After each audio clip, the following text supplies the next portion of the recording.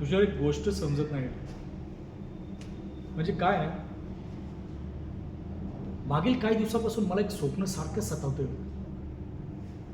रात्री झोपलं ना, म्हणजे माझ्या बेडवर झोपलं ना, की मला रात्री मध्यरात्री अचानक एक स्वप्न पडतंय. त्या स्वप्नामध्ये मला असं वाटतं की कोणीतरी मला खाली खेचण्याचा प्रयत्न करतंय आणि मी दरीत पडतोय असं जाणवतंय.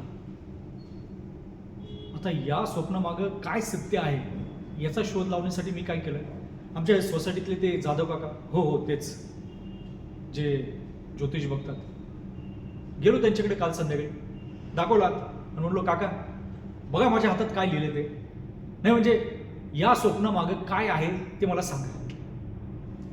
काकांनी थोड्या वेळ हात बघितला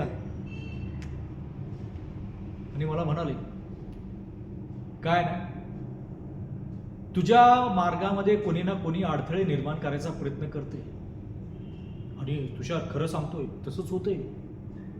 आणि असं का होतं ते समजत नाही. म्हणजे फायली रिजेक्ट झाल्या, टेंडर पास होत नाहीये आणि कामावर पण आजकाल मला उशीर होतोय, काही ना काही कारण होतंच.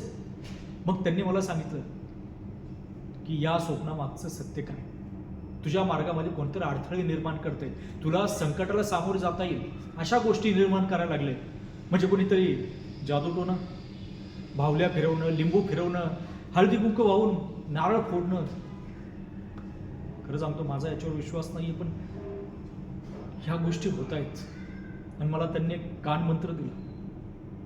म्हटले तुझ्या मनात चालू असलेल्या कोणत्याही गोष्टी, ज्या प्रोजेक्ट संदर्भात असो, घरच्यांच्या खुशालीबद्दल असो किंवा तुझ्या बँकिंग रिलेटेड असो, कोणत्याही नातेवाईकाला सांगू नकोस. तरच हे अडथळे निर्माण होतात ना, ते कमी होतील. कारण तू मोठ्या मनाने सांगायला जातोस रे, पण समोरचे मोठ्या मनाने ऐकतात असं नाहीये.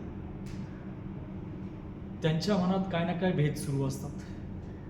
त्यामुळे सावधान. तुला काय वाटतंय तुषार? होय चल चहा पीत बोलूया.